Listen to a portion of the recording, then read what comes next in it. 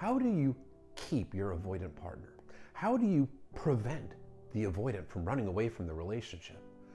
If this is a person that is not working on themselves, if they're not taking accountability, if they're not actively working towards healing their core attachment wounds, the only way to keep this person is by sacrificing your own wants and needs and holding no boundaries whatsoever in the relationship. Because the moment you hold boundaries, the moment you assert your wants and needs in a meaningful way, that's the moment that they are very likely to run for the hills. Understand, this is a person that is emotionally unavailable. Part of being emotionally unavailable is the inability to empathize with somebody else's feelings. They are out of touch with their own emotions. They avoid processing emotions. They avoid dealing with things that trigger their fears. They avoid dealing with stressful situations in general. They run from problems. That's why they're called avoidant. So when they're not even in touch with their own feelings and they don't self-reflect and don't reflect on their own fears or feelings, how can they really prioritize your feelings, your wants, and your needs? They can't, and they don't.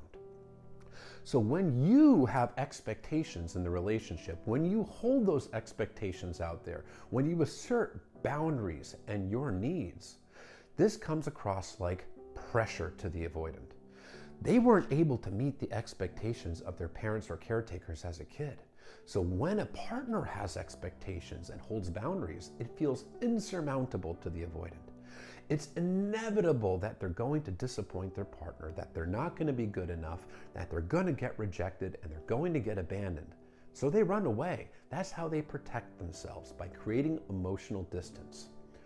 One of the core triggers of an avoidant, especially a dismissive avoidant or a fearful avoidant that leans heavily dismissive, is emotional intimacy.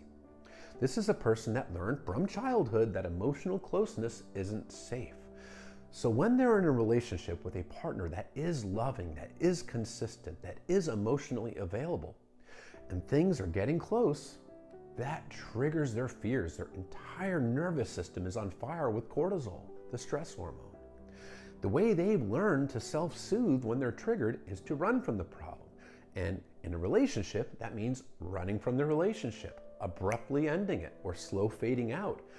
And this is a person that is not able to draw the connection between their fears and their childhood because there's a lack of self-reflection.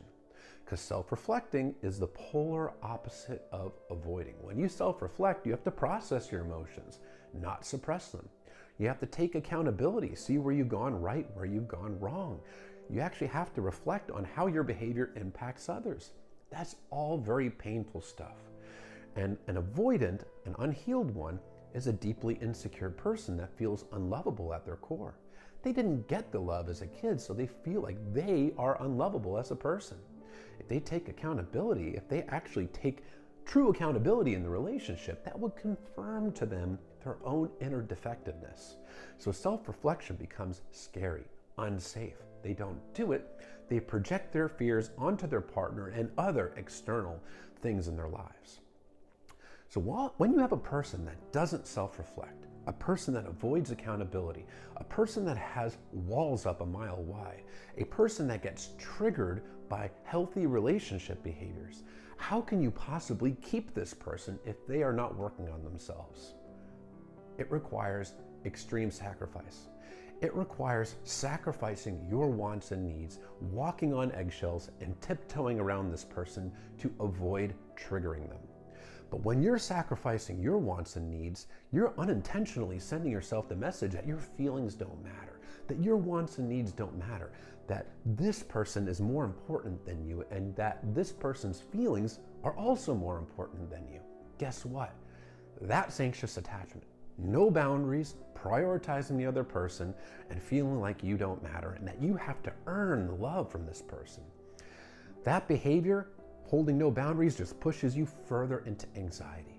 It pushes you further into insecurity.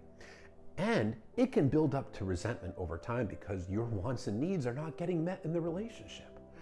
And even if you hold no boundaries, even if you do not hold this person accountable in any way, shape, or form, even with non-critical communication, even if you just bite your tongue all the time and you walk on eggshells, they still might run. They still might run from the relationship because those unhealed triggers, those unhealed fears, those unhealed attachment wounds are present. So when you get closer, when you have that intimate conversation, you have that wonderful trip together, when emotional intimacy is building, it's going to trigger their fears and they are very likely to run. So all that self-sacrificing could actually be for naught. It could actually be wasted time and emotional energy on a relationship that is ultimately careening towards a cliff. Because you are not responsible for this person's unhealed attachment wounds. You're not responsible for their insecurities. And catering to those insecurities generally only prolongs an unhealthy relationship. It doesn't make it last forever. When you hold boundaries and you make sure that your wants and needs are asserted in a healthy way, it might cause the relationship to come to an end because this person is not really interested in your needs or your feelings. And that hurts. Yes, one of the reasons why people don't hold boundaries is the fear of losing the relationship. But if you lost a relationship because you held a boundary, because your wants and needs were made known, if you made them known and they left because of that, they were never going to meet your needs. And what you just did is you saved yourself time and emotional energy that you would have invested into a person that wasn't reciprocating. Losing a relationship is not fun. But when this person is not investing in you the way that you're investing in them, what kind of relationship is it that you're actually trying to save? You're trying to save a one-way relationship where you're self-sacrificing, getting none of your needs met, and this person is being catered to and still might run anyway.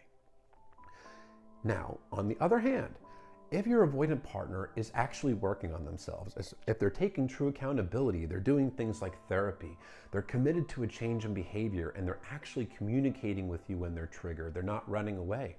Of course, this is a relationship that absolutely could work out because avoidance can heal. They just have to want it. If they're not actively doing the work, you are trying to take the full burden of the relationship on your own shoulders when this person is not doing their part. And that is just a recipe towards failure and a recipe towards anxious attachment. It can work if this person's invested, but if they're not, recognize your worth and you do deserve somebody that would invest in you and invest in the relationship the same way that you do in them.